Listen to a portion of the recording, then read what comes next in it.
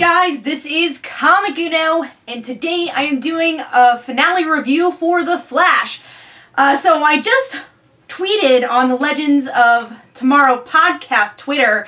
I was live tweeting for the finale, and that was a lot of fun. If you want to check out my live reactions to The Flash, go check that out.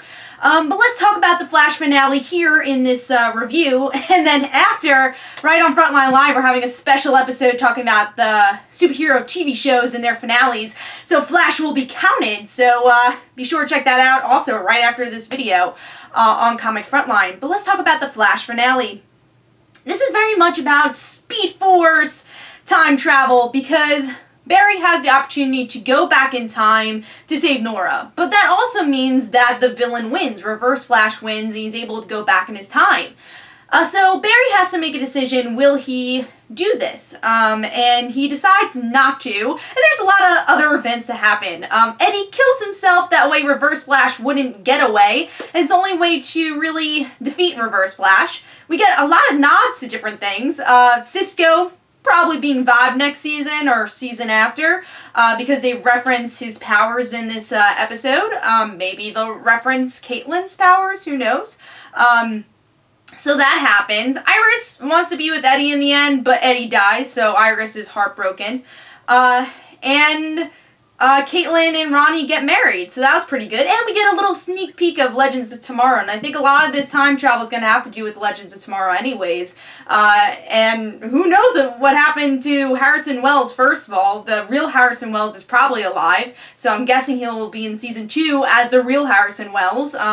And will we see Reverse Flash again? He was supposed to be the main villain. He is the main villain for Flash, but he's dead right now. So what's going to happen with that? So let's talk about this episode overall. What did I think? This was a really fun episode. If you like comics, if you like Flash, this was such a comic book show. You have multiverses, you have alternate realities, you got comic book references like Jay Garrick's helmet. Awesome. Geeking out throughout this whole episode. There's so many little nods. And then Cisco getting, or at least knowing that he has powers now. That's why he had the dream, because he was able to do that, because he has the Vibe powers. So maybe discovering more about that.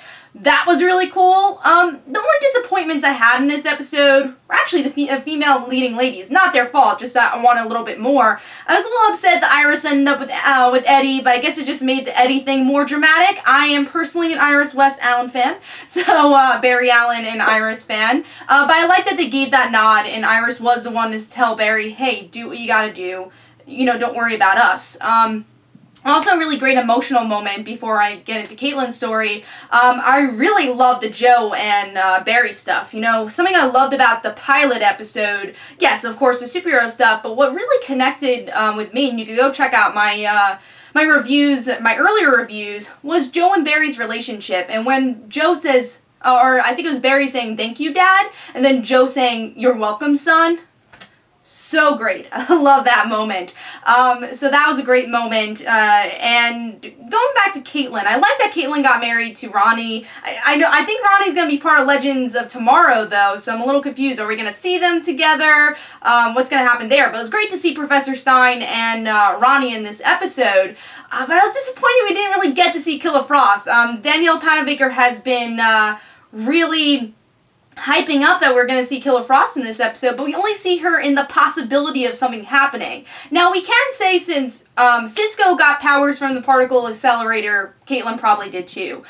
You could say that, but there's definitely not as many nods as I wanted. I wanted like a last scene where she like touches something and then someone goes frozen or something like that, and say like husband like wife. But that was a good moment that they got married.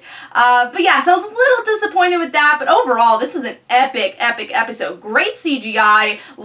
You know, seeing Flash go in the sky trying to bring this wormhole together, the Legends of Tomorrow characters, Reverse Flash dying, oh my god, so much action, so much emotion here. Great episode. And out of all three of the superhero shows, I think Flash definitely had the best finale, with only a couple hiccups, and that was just personal hiccups to me, because I wanted to see Iris and Barry together, which I'm sure we will, and also I wanted to see Caitlyn as Killer Frost, but you know, those are so small and minute.